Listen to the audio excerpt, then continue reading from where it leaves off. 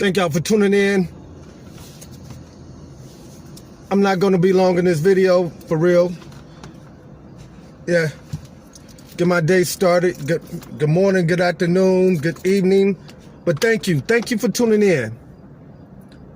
Especially if you do not live in Michigan, the city of Detroit, because this is about the Motor City.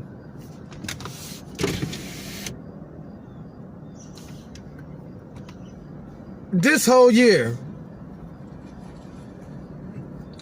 this summer, has really been off the chain with gun violence. And you know what? Many people are moving out of the city, but they probably still, a lot of people still be in the city. But a lot of people are moving out the city, but still come back and participate in the city. I mean, you can't go to the gas stations. You can't go to the store, man. You gotta watch your back. You can't be on the freeway without. I think I did videos talking about that. Freeway shootings. Look at somebody on their way to pull out a gun. These things are changed. They changed dramatically. Brothers is losing they're losing.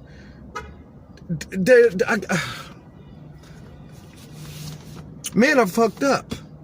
And a lot of these crimes are by men. Black men. This is no assuming. You're hearing it from a black man telling you that a lot of this crime, a lot of this bullshit is by other black men. A lot of people are getting out. Go visit, go downtown, ride around. Shoot. Ain't nobody business where you lay your head. But the shooting, it's going crazy. A young brother got shot. No reason, no real reason. Shot.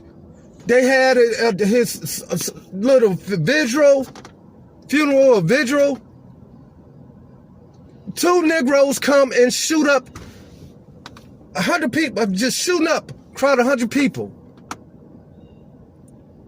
I thought Chicago was off the chain, but Detroit, a lot of shit just ain't been said. Because I didn't want to talk about it. But now it's time to talk about it.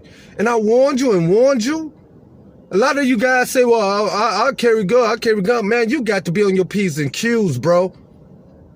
You can't just carry a gun because these son of bitches come on that side, 2 of them in front. I mean, you don't know. By the time you reaching and shit.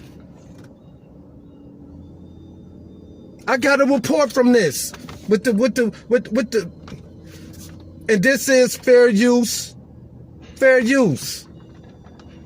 for educational purposes, to educate you that it's time to take things serious, ladies and gentlemen. And let me tell you, the crime's so bad in the damn city that the police run away from the crime scene. 2 guys shot a dude. 2 guys shot a dude. Police on camera. Right in front, when the dude pulled the gun out, when the AK started shooting at my man, the police, zoop. Y'all think I'm lying? Y'all think I'm lying? And I can't make this shit up. That's kind of saying. No, I can't make this shit up. Get into these footages.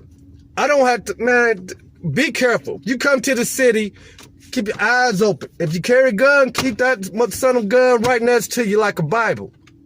Don't be slipping because the crime has went up higher since Chief James Craig has been out of office. I'm not knocking the new chief. He's just getting in there. But the crime rate is going up. Another man was shot this morning, found just shot in his backyard. Come on.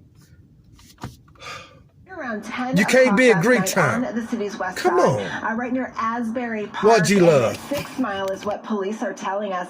They say about 100 people had gathered in that area for a candlelight vigil. It was for a man on an ATV who had been killed in a hit-and-run accident on Friday. Police are telling us that suddenly a man in a lime green Camaro drove by that crowd and opened fire on them. Police are also looking for a black Chevy Tahoe seen speeding away from that area.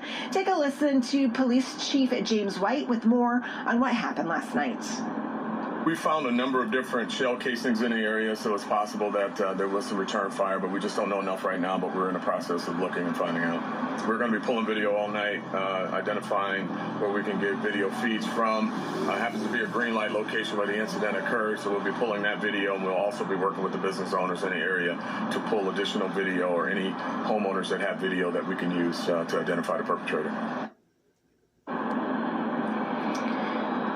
Chief White is also telling us that that lime green Camaro seen at the shooting scene may possibly have some damage to the side. They believe that perhaps somebody in the crowd who shot back may have actually hit that vehicle, so it could have some bullet holes. Of course, if you have any information that could help police get to the bottom of this, you're asked. And it is not sitting well with them. The two officers in question are off the street. The men involved in that shooting still on it.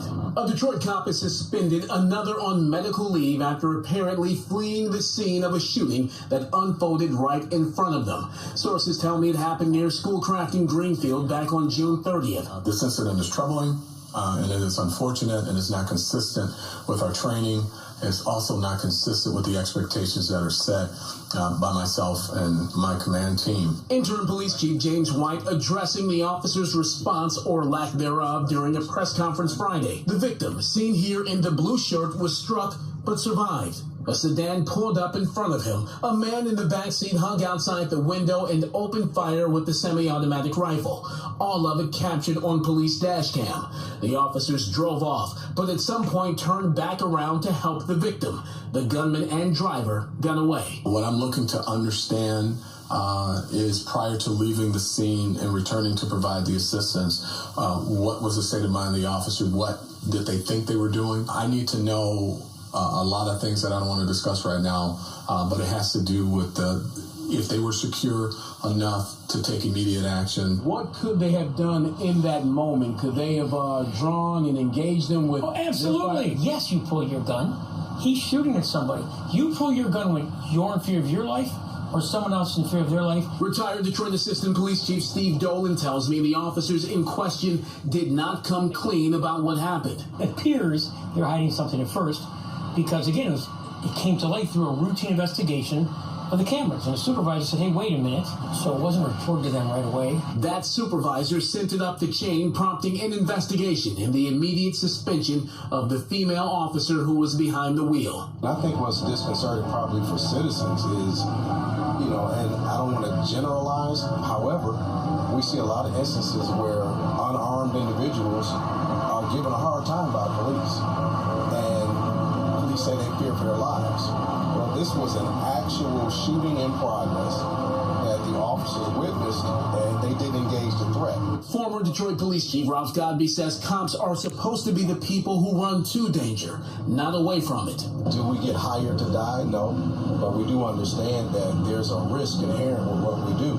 But that risk is for the greater good of society. Individualized incidents do not represent the hard work of the over 2,000 men and women of this department that they do day in and day out. Chief White says he's waiting for the officer that's on medical leave to get back to work before they wrap up this investigation and make a decision on both of their futures with DPD. I'm Randy Wembley, and this is The Edge.